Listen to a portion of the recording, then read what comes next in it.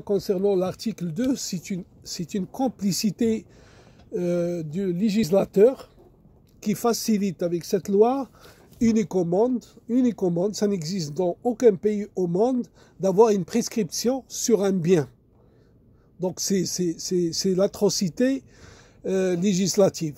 C'est une implication, ils sont complices. Le législateur marocain il est complice. Et nous avons toujours sollicité l'abrogation de l'article 2 de la loi 3809. Ça, en une. Deuxièmement, il y a l'autre, l'acheteur en bonne foi. Nous avons eu affaire à des malfaiteurs qui se partagent le rôle. Oui.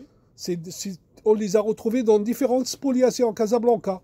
C'est-à-dire, ils falsifient ce bien et ils le remettent à un autre et vous êtes derrière le premier.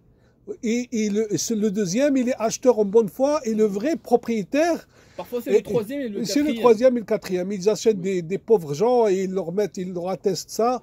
Et donc, aujourd'hui, nous avons eu un coup dur au royaume. C'est un cancer qui démolit la stabilité économique, sociale. Et à titre d'exemple, nous avons eu Bab Darna qui trime toujours. Ils ont perdu 1000 familles qui ont perdu leurs biens, malgré qu'il est derrière les barreaux. Oui, mais l'argent, il est où? Là, Bab Darna, c'est pas une spoliation. C'est une escroquerie à grande échelle. C'est une association de malfaiteurs. Il a utilisé les institutions.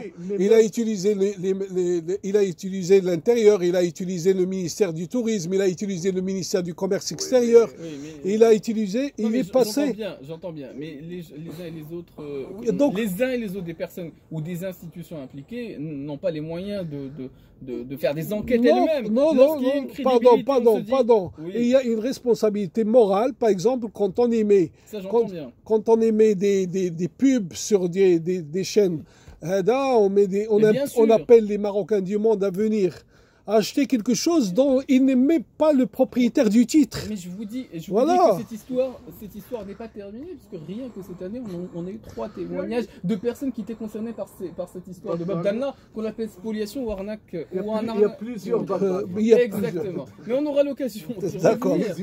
Juste un instant. Il n'y a que la porte, mais la maison n'existe pas. La spoliation, c'est devenu un sport national, malheureusement. Oui.